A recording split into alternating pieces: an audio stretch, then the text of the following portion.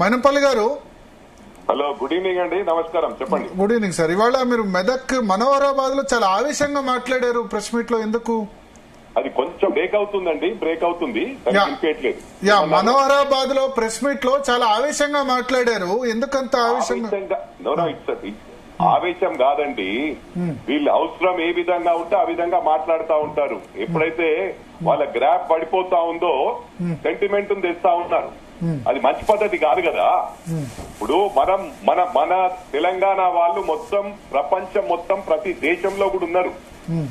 వీళ్ళ మాటల గురించి ఏంటంటే సేమ్ అదే పరిస్థితి వేరే దేశాలలో వస్తే వాళ్ళని పరిగెత్తిస్తారు. అంటే వాళ్ళని కొట్టడం. బయట దేశాలలో కూడా 10-15 years కే సిటిజన్షిప్ వస్తుంది. వీళ్ళు ఏంటంటే వీళ్ళ రాజ్యమే, వీళ్ళు ఇష్ట రాజ్యంగా ప్రవర్తిస్తా ఉన్నారు. తెలంగాణ వాళ్ళ జాగిర్ అన్నట్టు ప్రవర్తిస్తా ఉన్నారు. అది మంచి పద్ధతి కాదని చెప్పాను నేను. ఇదేదైతే తెలంగాణ ఆంధ్ర ఫీలింగ్ తేవద్దు. ఇక్కడ అన్ని రాష్ట్రాలు, గ్రేటర్ హైదరాబాద్ అంటేనే మినీ ఇండియా. ఇక్కడ అన్ని రాష్ట్రాల వారు ఉన్నారు.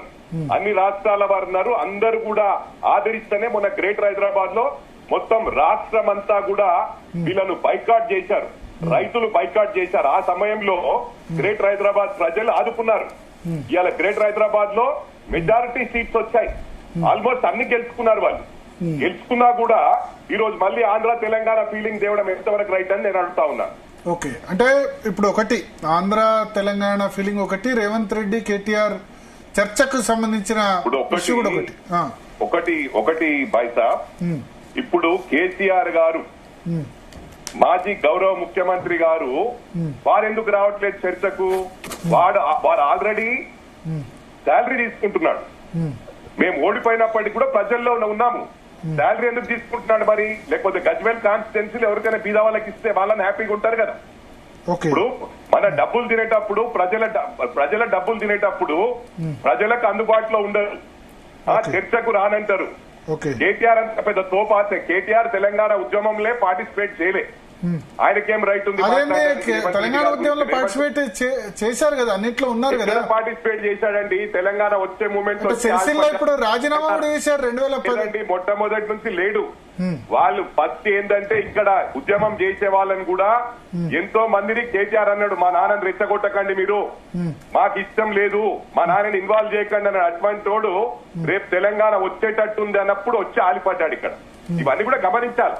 ప్రజలందరూ గుడ్డివాళ్ళు కాదు, ప్రజలన్నీ కూడా గమనిస్తా ఉన్నారు. అంటే కాదు, ఆయన సిరిసిల్లకు రాజీనామా కూడా చేశారు కదా 2010లో. 2009లో గెలిచిన తర్వాత రాజీనామా చేసి బై ఎలక్షన్ చేశారు.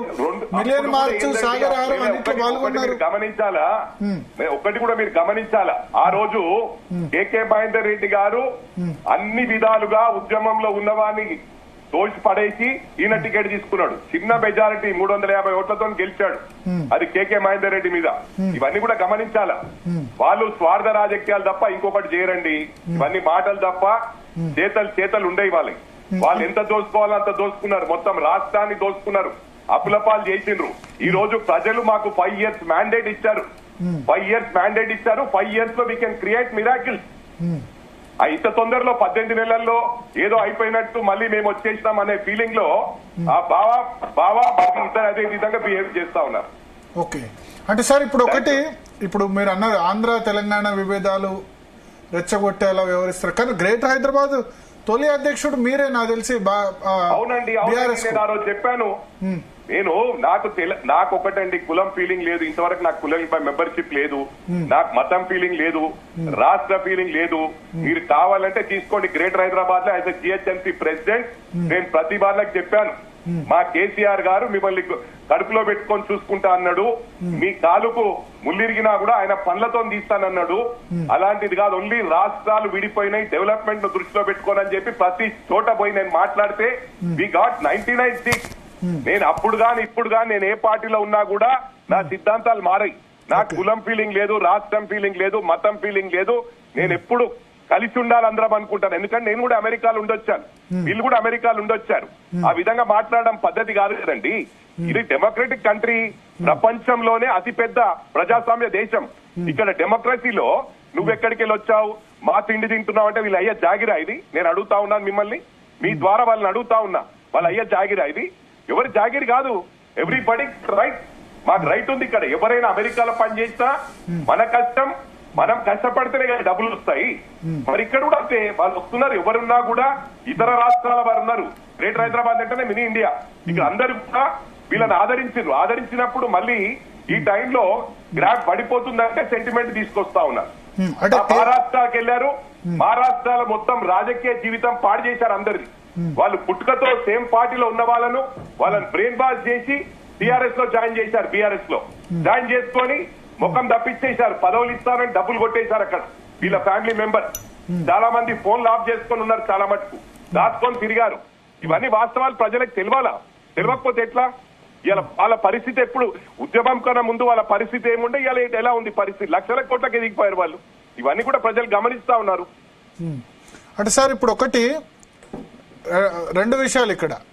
ఇప్పుడు మీరు కూడా మొన్నటి వరకు ఉన్నారు కదా, మరి ఆ పార్టీలో ఉన్నప్పుడు వ్యతిరేకించలేదా? ఒకటి, నాకు 24 hours ముందు రేపు లాస్ట్ నామినేషన్ అంటే నేను అన్నాను, మొన్నటి వరకు నేను మీకు వ్యతిరేకంగా ఫైట్ చేశాను, నేను రాను అన్నాను. వాళ్ళు బతిల్లాడి లేదు, స్టేట్ సపరేట్ అయింది, తప్పకుండా మాకు అలాంటి ఫీలింగ్ లేదంటే ఆ రోజు పార్టీకి వెళ్ళడం కూడా నేను తీసుకెళ్లి కేసీఆర్ గారికి ఇంట్రడ్యూస్ చేశాను. వీళ్ళు గుంటూరు జిల్లా వాళ్ళు, వీళ్ళు నెల్లూరు జిల్లా వాళ్ళు, వీళ్ళంతా నాకు అవుట్ రైట్ పనిచేశారు. నాకు ఇలాంటి ఫీలింగ్స్ లేవు, అందరికి కలిసి అంటే లేదు, మాకు పాలకులకు వ్యతిరేకం తప్ప ఎవరికి వ్యతిరేకం కాదన్నారు. అంటేనే నేను జాయిన్ అయినా. ఈ రోజు ఏమంటున్నాడు మళ్ళా, ఆంధ్ర తెలంగాణ ఫీలింగ్ ఏం రా, మీరు ఇక్కడ బతుకుతున్నారంటే వాళ్ళ మంత్రులు, మాజీ మంత్రులు ఏ విధంగా మాట్లాడుతున్నారు మీకు కనిపించలేదా అండి? కేసీఆర్ కేటీఆర్ నుంచి ఎక్కడ స్టేట్మెంట్ రాలేదు ఆంధ్ర వ్యతిరేకంగా, ఆంధ్ర వరకు వ్యతిరేకంగా ఎక్కడ రాలే కదా. డైరెక్ట్ ఓపెన్ గా వాళ్ళే పంపిస్తారండి. వాళ్ళంతా ఎన్నుకుండే ప్లే చేస్తా ఉంటారు. ఇమీడియట్ సస్పెండ్ చేయమని మరి అలా మాట్లాడిన వాళ్ళని, అది పద్ధతి కాదు కదా. అది ఎంతవరకు రైట్? రోజు మీడియాలలో వస్తూనే ఉంది, అరే ఇట్లన్నావు రా నువ్వు, మా టీవీలను ధమ్కి ఇవ్వడము, ఏబిఎన్ రాధాకృష్ణ గారిని ధమ్కి ఇవ్వడం ఎంతవరకు రైట్? ఇది ఏదైనా ఉంటే పర్సన్ తో మాట్లాడాలని కానీ మొత్తం ఆన్సర్ ఇన్వాల్వ్ చేయడం ఎంతవరకు రైట్ అండి? అంటే ఆ సంస్థలు తప్పుడు పార్టీ పెట్టండి. ఏపీలో ఎవరైనా జాగిరని పోయారు అక్కడికి, అక్కడ కూడా పార్టీ ఫామ్ చేసిండ్రు బీఆర్ఎస్ పార్టీ. ఇది ఎంతవరకు రైట్? ఎవరు అడిగేటోళ్ళు లేరు, వీళ్ళను అడిగేటోళ్ళు లేకపోయారు, రెచ్చిపోతా ఉన్నారు. అది మంచి పద్ధతి కాదు. నేను ఎక్కడున్నా నాకు కొన్ని ప్రిన్సిపల్స్ ఉన్నాయి, ఆ ప్రిన్సిపల్స్ నేను దాటెప్పుడు నేను ఇచ్చేయను. ఏదున్నా వాస్తవాలు మాట్లాడతాను. ఆ వాస్తవాలు కొంతమందికి చేదుగా అనిపిస్తాయి, కానీ నాకు నా మనస్సాక్షికి తెలుసు. ఇవాళ నేను ఓడిపోయినా కూడా ప్రజలు ఉన్నా. ప్రజలు మ్యాండేట్ ఇచ్చారు 5 years ఈ ప్రభుత్వానికి. 5 years ఎందుకు వెయిట్ చేయట్లేదు మీరు? పని చేయనియండి, పని చేయట్లేదు. ఎప్పుడు ఏదో ప్రెస్ మీట్, వాడు పేకార్ గాడు, వాడు పేకూఫ్ గాడు అంటే ఎంతవరకు సబర్ చేస్తారండి? దేనికైనా లిమిటేషన్స్ ఉంటాయి, ప్రతి దానికి హీల్డ్ పాయింట్ ఉంటది. ఆ లిమిట్స్ దాటితే ఎవరికి కంట్రోల్ ఉండదు. కాంగ్రెస్ లో ఏరా కార్యకర్తలు మాకు చేయరాదా దౌర్జన్యాలు? మేము టీ న్యూస్ మే పడమా?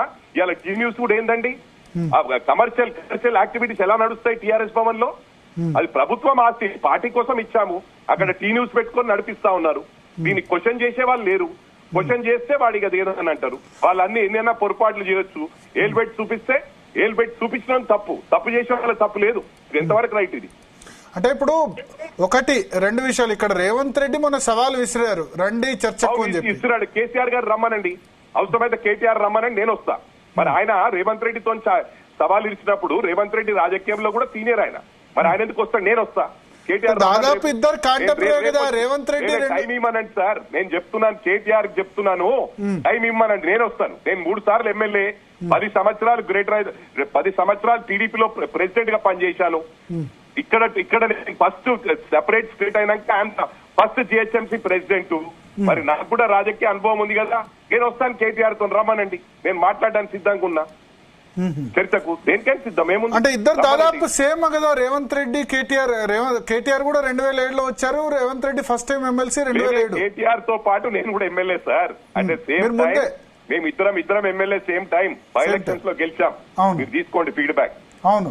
నేను కేటీఆర్ నాకన్నా జూనియర్, నాకన్నా 10 ఏళ్ళు చిన్న. ఏంటంటే రెస్పెక్ట్ ఇస్తుంటే మా బాస్ గా దాన్ని విలువ పెట్టుకోలేడు వాళ్ళు, అంతే.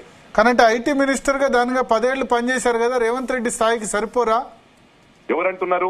రేవంత్ రెడ్డి స్థాయికి కేటీఆర్ సరిపోరా ఐటీ మినిస్టర్ గా? కేటీఆర్ గారు లేకపోతే కేటీఆర్ గారు రావచ్చండి. కేసీఆర్ గారు ఉన్నప్పుడు అతను మన జీతం తీసుకుంటున్నాడు, ప్రజల డబ్బు తింటా ఉన్నాడు, మంత్లీ శాలరీ తీసుకుంటున్నాడు. ఎందుకు రాడు? రావాలి కదా, వచ్చి మాట్లాడాలి కదా, ప్రజలలో ఉండాలి కదా. ట్రైన్ యాక్సిడెంట్ అయితే రాడు, అక్కడ ఏది కొండగట్టులో ఇన్సిడెంట్ జరిగినప్పుడు ఎంతో మంది చనిపోయినప్పుడు అక్కడ రాలేడు, ఎక్కడికి రాడు. ఇవాళ వీళ్ళు గేట్ లోపటి కూడా రానియకపోతుంది. ఇవాళ చిన్నోని పెద్దోని కూడా జాయిన్ చేసుకోవడానికి సిద్ధంగా బావమరుదులు ఇద్దరు టీఆర్ఎస్ భవన్ లో రెడీగా ఉంటున్నారు. అంటే వాళ్ళు ఏ స్థాయికి దిగారు అంటే వాళ్ళు అవసరం ఉంటే ఏదైనా చేస్తారు, అవసరం అయిపోగానే మళ్ళీ ఎవరిని గేట్ లో పట్టి కూడా రానియరు. మళ్ళీ అదే వాడుకోవడం కార్యక్రమం ప్రారంభించారు. ఉద్యమకారులందరూ రోడ్డు మీద తెచ్చిండ్రు. ఎప్పుడు ఎన్ని బందా సార్ చెప్పిన ఆయన ఉన్నప్పుడు, అరే వాళ్ళకు ఏదైనా చూపించండి, వాళ్ళకి పదవులు ఇవ్వండి, ఫిక్స్ డిపాజిట్ చేయండి అని ఎన్నిసార్లు చెప్పినా ఛాలెంజ్ చేస్తా. ఉద్యమకారుల గ్రేటర్ హైదరాబాద్ లో ఎంతమంది ఉన్నారో అంతమందికి తెలుసు. అందుకే నాకు వ్యతిరేకంగా మాట్లాడరు.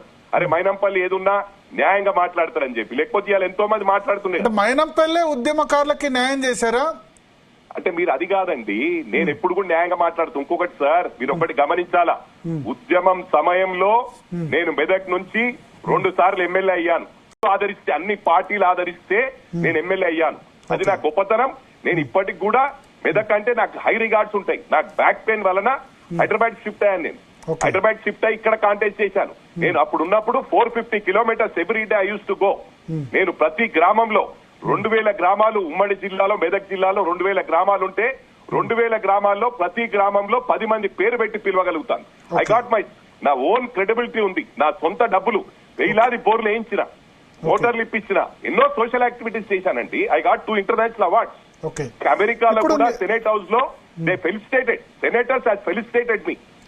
నా గొప్పతనం నాకు చాలండి. నేను నా కార్యక్రమాలు, నేను చేసిన కార్యక్రమాలు ఎవరైనా వస్తే ఛాలెంజ్ చేయమనండి. కేటీఆర్ మాట్లాడతా, నేను నువ్వెన్ని చేసిన కార్యక్రమాలు నేనెన్ని చేశాను, నా సొంత డబ్బులతోని, నా ఫ్రెండ్ సర్కిల్ యన్ని ఎన్ని సర్వీసెస్ చేశానో, ఎంతమందికి హెల్ప్ చేశానో రమ్మనండి. దాన్ని ఛాలెంజ్ చేయమనండి. నేను ఇది బడగొట్టినా అది బడగొట్టినా. ఇలా లక్షల కోట్లకి వెళ్ళిపోయారండి వాళ్ళు. యూ హ్యావ్ టు ఇమాజిన్, లక్షల కోట్లకి వెళ్ళిపోయారు. ఫస్ట్ వాళ్ళ పరిస్థితి ఏముండే అది అందరికి కూడా తెలుసు. రబ్బర్ చెప్పులు ఉండే, డబ్బులు లేకుండే. అదే పాస్పోర్ట్ బ్రోకర్ వాళ్ళ నాన్న, వాళ్ళ గురించి నేనేం మాట్లాడాలా? దుబాయ్కి పంపించడానికి డబ్బులు తీసుకుంటుండే, ఒక 500-600 హోటల్లో ఉంటుండే. ఒకటే డ్రెస్ తోని సూట్ కేసు, చిన్న సూట్ కేసు, బ్రీఫ్ కేసు పట్టుకొని పోయి బిల్లు కట్టకుండా నెల నుండి ఆ సూట్ కేసు అక్కడనే వదిలిపెట్టి వెళ్ళిపోయిన చరిత్ర వాళ్ళది. వాళ్ళకు నేనేందండి చెప్పేది? అంటే ఇప్పుడు మొన్న మీ మెదక్ అసెంబ్లీ నియోజకవర్గం నుంచే మీ కుమారుడు ఎమ్మెల్యేగా ఉన్న నియోజకవర్గం నుంచి వచ్చి పార్టీలో జాయిన్ అయ్యడం వల్ల మీరు చాలా కోపంగా మాట్లాడుతున్నారు. వాళ్ళ బ్యాక్గ్రౌండ్ ఏంది, వాళ్ళకి ఏమైనా పదవులు ఉన్నాయా, వాళ్ళ క్రెడిబిలిటీ ఏంది, ఎవరి గురించో మాట్లాడే అవసరం లేదు సార్. అదే అంటున్నా కదా, వాళ్ళ ఆ స్థాయికి దిగజారిండ్రు. ఒకప్పుడు ఎమ్మెల్యేలను కూడా కలవకపోతుండే, మినిస్టర్స్ కూడా కలవకపోతుండే కేటీఆర్. అటువంటిది అడ్రస్ లేని వాళ్ళ గురించి వచ్చి టీఆర్ఎస్ భవన్ లో జాయిన్ చేసుకుని 2-3 జాయిన్ చేసుకుని మొత్తం టీఆర్ఎస్ కార్యకర్తలను తెచ్చుకుంటారు. మీరు రిపోర్ట్ తీసుకోండి. నిజంగానే ఒక 500-100 మంది జాయిన్ అయి టీఆర్ఎస్ లో ఐఎమ్ గోయింగ్ టు రిజైన్, నేను రాజకీయాలు వదిలిపెట్టేస్తాను. అన్ని పనికిరాని. ఎందుకు మరి అధికార పార్టీ వదిలిపెట్టి ఎందుకు జాయిన్ అయ్యారు వీళ్ళు? ఇప్పుడు వీళ్ళు జాయిన్ అయిన వాళ్ళు సార్, వాళ్ళకు డబ్బులు కావాలా, డబ్బులు ఇస్తారు. ఇలా అంతా ప్యాకేజే. కేసీఆర్ గాని, కేటీఆర్ గాని, హరీష్ రావు గాని, కేసీఆర్ అప్పటి నుంచి పైసలు ఇచ్చుడు అలవాటు. అదే విధంగా కేటీఆర్ గాని వీళ్ళు టోటల్ మన మీడియా మేనేజ్మెంట్, సోషల్ మీడియాని డబ్బులతోనే మేనేజ్ చేస్తారు. ఇతర పార్టీలు ఇప్పుడు నేను సిద్దిపేటలో డైట్ చేస్తున్నా అని చెప్పి డబ్బులు ఇచ్చి తెచ్చుకుంటారు చిల్లర కాలని. వాళ్ళకు క్రెడిబిలిటీ లేదు, వాళ్ళు ఇంకా 10 మంది లేరు. మీరు తీసుకోండి రిపోర్ట్. తీసుకున్నాక నేను దాన్ని ఛాలెంజ్ చేస్తే ఎప్పుడంటే అప్పుడు చర్చకు వస్తాను. కేటీఆర్ తోనే చర్చకు వస్తాను. ఒకటి సార్, నేను మాట్లాడింది ఏదైనా ఫాల్స్ ఉంటే I'm going to prove it. వాళ్ళని ప్రూవ్ చేయమని రాజకీయాలు వదిలిపెట్టేస్తాను. రాజకీయాలు వదిలిపెడతాం వాళ్ళకి కాదు. నేను మాట అంటే మాట. ప్రభుత్వం ఉన్నప్పుడు వదిలిపెట్టినామని నేను పార్టీ చెప్పి ఛాలెంజ్ చేసి ఇచ్చిన సీట్లు లాదుకొట్టొచ్చిన సార్. మరి నేను ఆ రోజు ప్రభుత్వం వస్తుందని రాలే. నేను కాంగ్రెస్ లో ఎట్టి పరిస్థితిలో ఇలాంటి నా కొడుకులతో నేను ఉండా. తప్పకుండా నేను కసితోని 5 ఏళ్లైనా జైలుకు పోవడానికి సిద్ధం. 100 సార్లు పోయి 100 సార్లు బయటకు వచ్చినా కూడా వీళ్ళని మళ్ళా ప్రభుత్వం పడేసే వరకు ఎంబడబడతా అనుకున్న దేవుని దేవల్ల మరి నా సైడ్ ఉన్నాడు. వెంకటేశ్వర స్వామి నన్ను సంకరించాడు కాబట్టి తప్పకుండా నా సైడే ఉన్నాడు. హ్యాట్స్ ఆఫ్ టు వెంకటేశ్వర స్వామి. ఎప్పుడు కూడా నేను రుణపడే ఉంటా అంటిల్ మై లాస్ట్ బ్రెత్. నేను బీద వాళ్ళ కోసం పని చేసుకుంటూ ఇదే విధంగా ఇదే స్టాండ్ లో ఉంటా. నేను 59-60 ఇయర్స్ ఇంకా మాక్సిమం ఉంటే 5 ఏళ్ళు ఉంటానో 10 ఏళ్ళు ఉంటున్నో పాలిటిక్స్ లో గానీ నేను ఎక్కడ కూడా కాంప్రమైజ్ అయ్యే సమస్య లేదు. నా స్టైల్ మైనంపల్లి ఎట్లున్నాడో మైనంపల్లి లాగానే ఉంటాను. Thank you. అంటే సార్ ఒకటి మైనంపల్లి గారు వద్దు సార్, ఇక వద్దు. మీరు ఎప్పుడైనా ఛాలెంజ్ చేసి వాళ్ళని రమ్మనండి. మీరు దాన్ని మీరు చెప్పగానే వచ్చిన నాకు ఇలా జ్వరం ఉంది కూడా మీరు రాగానే మీకు మీకు హరీష్ మాట్లాడతా. నేను టీవీలలో డిబేట్స్ లలో ఇక్కడ రాను. నేను నా చాలా లో ప్రొఫైల్ మెయింటైన్ చేస్తాను. తెలుసు. ఒకటే క్వశ్చన్ చివరిగా, ఇప్పుడు మీకు హరీష్ రావు తో డిఫరెన్స్ ఉన్నాయి కానీ కేటీఆర్ తో డిఫరెన్సెస్? అరే హరీష్ రావు కేటీఆర్ కాదు సార్, వాళ్ళ ఫ్యామిలీ మొత్తం వద్దనుకోనే బయటకు వచ్చిన. ఎందుకంటే వాళ్ళంతా అవసరం ఉన్నప్పుడు ఎట్లా అంటే ఇట్లా బాటల్లో దించేస్తారు. They impress people like anything. అది కేసీఆర్ తోని పెట్టిన అంటే వాళ్ళకి ఏమంటారు, వాళ్ళకు నాకు అది ఎగ్జాక్ట్లీ దాన్ని ఎలా చెప్పాలో తెలియట్లేదు. వెన్నతో పెట్టిన విద్య. వాళ్ళు ఎప్పుడు కూడా వాళ్ళ అవసరం ఉంటే బాటలు దించేస్తారు, పని అయిపోయినట్లు ఆదుకొడతారు. అది వాళ్ళ పాలసీ. ఇప్పుడు సేమ్ అదే స్టైల్కి వచ్చిండ్రు. వాళ్ళు చేసిన కార్యక్రమాలు నిజంగా సిన్సియర్ ఉంటే లక్షల మంది అలా వస్తుండే వాళ్ళు ఎంబడి. ఇలా పరిస్థితి ఏంది? అది ఇట్లా ఇప్పుడు తెచ్చుకున్నట్టు అక్కడికెళ్ళి ఇక్కడికెళ్ళి ఇద్దరిని పైసలు ఇచ్చుకుంటూ మేనేజ్ చేసుకుంటూ 50, 100, 200 కార్యకర్తలు ఏదైనా ప్రోగ్రామ్ పెడితే కూడా అన్ని జిల్లాలను గ్యాదర్ చేసి షో చేస్తారు. ఎక్కడ ఏ కాన్స్టిట్యున్సీ ఆ కాన్స్టిట్యున్సీ గ్యాదర్ చేసి చేయమని ప్రూవ్ చేయమని. వాళ్ళకంటే వాళ్ళు 1000 మందిని తెస్తే మేము 10,000 మందిని సేమ్ కాన్స్టిట్యున్సీలో తెస్తాం. వాళ్ళు అట్లా చేయరు. కేసీఆర్ పాలసీ ఏంటంటే మొత్తం రాష్ట్రం అంతా గ్యాదర్ చేసి ఒకటి హైలైట్ చేసేసి ఇక దాన్ని నడిపిస్తా ఉంటాడు ఒక 6 నెలలు, ఏడాది. That is KCR. That is మీకు అప్పుడు టికెట్ మీకు ఇచ్చారు కానీ మీ కుమారుడికి ఇవ్వలేదు. ఆ కోపంతో మీరు ఒకటి అర్థం చేసుకోవాలండి. మా కొడుకు దట్ ఈస్ మెడిసిన్. ఈ గాట్ హిస్ ఓన్ క్రెడిబిలిటీ. అతను సోషల్ యాక్టివిటీస్ ఎప్పటి నుంచో చేశాడు. నేను నా సొంతంగా రాలేదు. కేసీఆర్ గారు 10 సార్లు దాంట్లో ఎంతో మంది ఎవిడెన్స్ ఉన్నారు. మంత్రులు ఉండే, ఎమ్మెల్యేలు ఉండే, వాళ్ళ గుండె మీద చేసుకుని ప్రమాణ పూర్వకం అని చెప్పానండి. వాళ్ళ ముందే చెప్పిండు, అరే హనుమంత్ నీ కొడుకు స్మార్ట్ ఉంటాడు, నీకన్నా స్మార్ట్ ఉంటాడు, చాలా హుషారు ఉన్నాడు, వానికి 2 గోల్డ్ మెడలిస్ట్ వచ్చినాయి, తీసుకురా అని పెద్ద లీడర్ తెస్తా అన్నాడు. అని ఎన్నిసార్లు చెప్పినా హనుమంత్ తెస్తలే అన్నాడు. ఐ స్వేర్ ఆన్ గాడ్ నాకు అవసరమేందండి. నాకు అట్లా చేసి లాస్ట్ మినిట్ లో ఇచ్చేస్తే నేను ఓపెన్ గా చెప్పిన. ఎందుకంటే వాని భవిష్యత్తు ఇవాళ వాడు యూఎస్కి వెళ్ళిపోతుండే. ఈ పాలిటిక్స్ లకు రాకపోతే యూఎస్ పోయి వాడు ఏదైనా వాని ఫ్యూచర్ వాడిని చూసుకుంటుండే. ఆల్రెడీ 1 ఇయర్ ఫీల్డ్ లో దిగిండు. అంతకుముందు 2-3 ఇయర్స్ సోషల్ యాక్టివిటీస్ చేసిండు. దాని బ్లెస్సింగ్స్ ఉంటాయి, అమెరికా వెళ్ళిపోదాం అనుకున్నాడు. అటువంటి పాలిటిక్స్ దించిండు. దించినప్పుడు వాని కోసం నేను సాక్రిఫైస్ చేసిన. వాడు ఇంపార్టెంట్ నాకు. Is my son. కొంతమంది ఏమన్నారంటే సన్ స్ట్రోక్ అన్నారు. ఇప్పుడు మిమ్మల్ని అడుగుతున్నాను సార్, మీకు మీ కొడుకు మీద ప్రేమ ఉండదా? మీ కొడుకు భవిష్యత్తు కోసమే మీరు చేస్తా ఉంటారు. అరే మా పిల్లలు బాగుండాలి, మా పిల్లలు బాగా చదువుకోవాలి, బయట పోవాలని ఉంటది. డెఫినెట్లీ నాకు ఆ స్వార్థం ఉంది. నా కొడుకు బాగా కావాలనుకున్నాను, నాకు అయ్యాడు.